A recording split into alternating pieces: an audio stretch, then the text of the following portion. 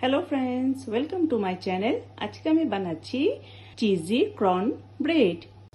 তো আমি নিয়েছি একটা এগ বয়েল, ক্রন বয়েল, কড়াই পাতা কুচি। তো আমি একটা মিক্সি জারে এগুলো ফাইন পেস্ট করে নেব। তো দেখুন আমরা ফাইন পেস্ট করে নিয়েছি। তো এখন আমরা এর মধ্যে সামান্য নুন দিয়ে দেব, সাথে গোলমরিচ দিয়ে দিলাম। এখন ভালো করে মিক্সড করে দেব। এখন আমরা মিক্সড করা মিশ্রণটি এর মধ্যে স্প্রেড করে দেব। দেখুন আমরা 4টা ব্রেড আমরা রেডি করে নিয়েছি। এখন এর মধ্যে চিজ গ্রেট করে দিলাম, অরিগেনো দিয়ে দিলাম, এখন উপর দিয়ে স্লাইস দিয়ে দিলাম। বাটারটা হালকা নাড়াচাড়া করে এর মধ্যে ব্রেডের স্লাইসগুলো দিয়ে দেব।